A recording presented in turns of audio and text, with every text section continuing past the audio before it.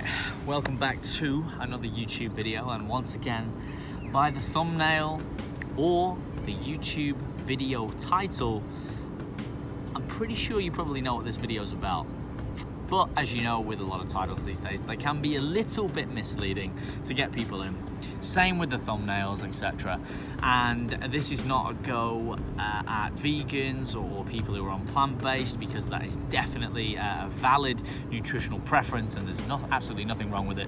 But there is a lot of caveats and there is a little bit of context to be discussed.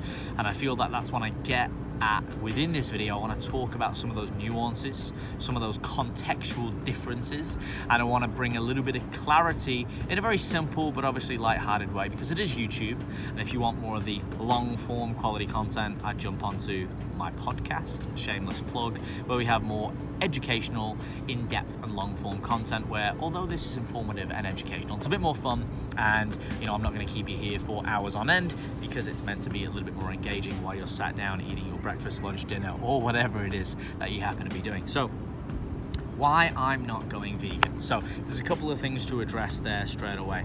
So I do believe that obviously I am someone who loves animals, and ethically there are a lot of disgusting protocols. There's a lot of companies out there, a lot of entities and bodies who are doing things that are absolutely outrageous with animals. You don't have to really look far to see that, and that is not something that I want to condone, nor do I want to support.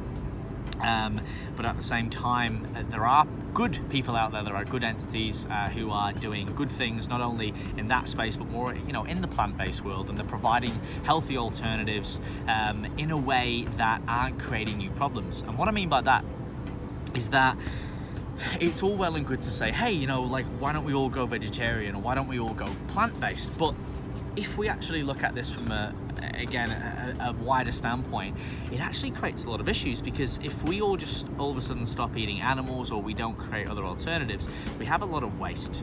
Not only waste from the animals themselves, but from the animals, the ecosystem, the ecology. And again, I'm not super qualified to comment on that sphere of things. I am not a geographer or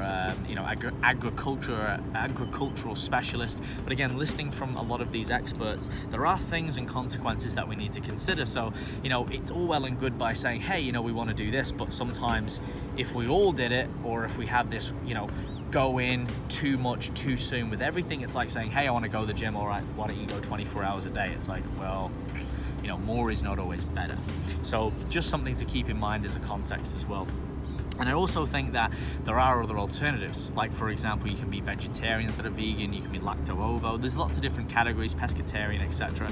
So for the purpose of this, when we talk about vegan, it depends on the ethical beliefs, but it's usually someone who doesn't eat flesh at all, or any animal products, or even wear or touch or associate with any animal products. So that leaves you with very, very minimal options in all of those aspects. So perhaps having some flexibility, or as one of my favorite practitioners and coaches says, Eric Helms, being a flexitarian, which is actually a term because it's got the word flex in it, we generally like it, where you, for even social occasions, to avoid conflict with families, or to still keep those ethical beliefs high, you actually do have an ability to go, hey, on this occasion I'm going to eat a bit of meat, or I'm going to have a bit of fish, or I'm going to have a bit of dairy, etc. And then if you are going to be more vegetarian or more plant-based or plant-centric, which a lot of us kind of should be anyway from a health standpoint, in terms of whole foods are generally better. There's a bit of a fallacy. It's called the sort of the whole foods, or the clean eating fallacy, where clean foods are always better, and it's not just the case. Just because something's from the earth doesn't mean it's always better. Hence why we have medicine and doctors and things like that, because there are a lot of good that come from that. Otherwise there'd be a lot more people dying. But I'm not going to go down that rabbit hole, because I know there's a lot of people out there who may follow that rather than taking medicine, and that's completely up to you. I'm not going to tell you how to live your life, your ethics and values. I'm just presenting my opinion and what I've learned, and that is solely what this is. And if you can take something positive away, fantastic. So we have that. And one thing we do need to consider, if we are going down those roads of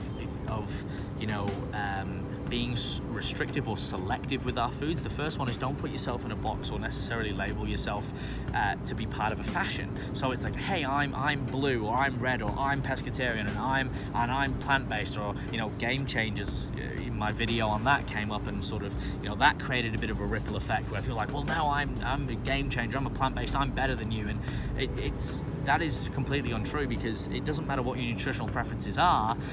Generally, you can be just as good. You can still build muscle, you can lose fat, you can be a professional athlete with all of those varieties. It just might mean that, it's a loud exhaust, isn't it? If you are, someone who doesn't eat meat, or you are someone who eats less a variety of foods based on your nutritional preferences, you might find it that little bit harder to be able to meet your nutrient requirements. So therefore it does, elicit the option or the ability that you would have to be a little bit more intelligent, or you have to be a little bit more aware or educated to be able to fill that gap. That's where you might need to rely on some more supplementation, whether that's a pea protein, whether that's a multivitamin, whether that's supplementing with more creatine, or whatever it might be, just to make sure that you've got your baseline health sorted, especially if you're a performance-based athlete or a physique athlete going on stage, because you find as you reduce those calories, there's only so many options available to you, and you might find that it's quite hard to get in your protein without having a really high fat or a high carbohydrate diet, because you're getting a lot of protein from plant-based sources, etc. So a lot of these things that I'm sort of bouncing around and throwing out, they're not really at the front of everyone's mind. And this is something to consider before you make these decisions. And I do believe that if you are going to make these decisions, it should be from an ethical standpoint, rather than a standpoint of, oh, I just think it's going to be better, or I think, I want to be within that realm, or I want to be, categorized, etc. in this box, or this is the latest trend. That's going to get you in trouble. Again, you should do things because it aligns with your ethics, your beliefs, and your values, rather than, oh, it's just the latest trend and I'm going to jump on it, which of course happens a lot. Again, the game changers, etc., or how things come, carbs are bad, and then next minute fat's the killer, and then in a couple of years it's sugar, and everyone's always sort of pointing the finger, or should I say not everyone, the media is pointing the finger, and we've got to be very, very careful not to fall into these fallacies and traps. Hence why I recommend that don't watch TV, reduce your time, don't listen to a lot of the news. Again, it sounds pretty sinister. It's not because they're necessarily brainwashing you, although partly they are, in my opinion, but you're just subject to a lot of negativity. It's negative nutrition, and we just don't need that, personally, okay?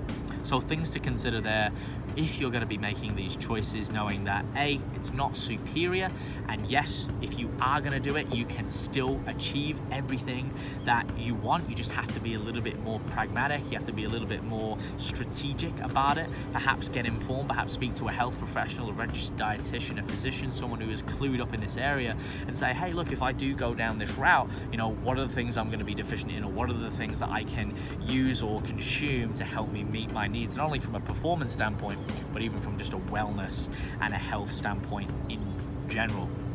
And again, not being caught up in these fallacies, being informed, and also seeking out other alternatives as well. Like perhaps even now in your life, if you're someone who eats meat like myself, perhaps you can spend your money wisely. Maybe it's spending it on, ethical farmers, or actually farmers who don't have, animals in cages. Perhaps it's reducing just your meat intake entirely, where you perhaps go to more fish, or you go to more dairy, and maybe you don't eat meat as often.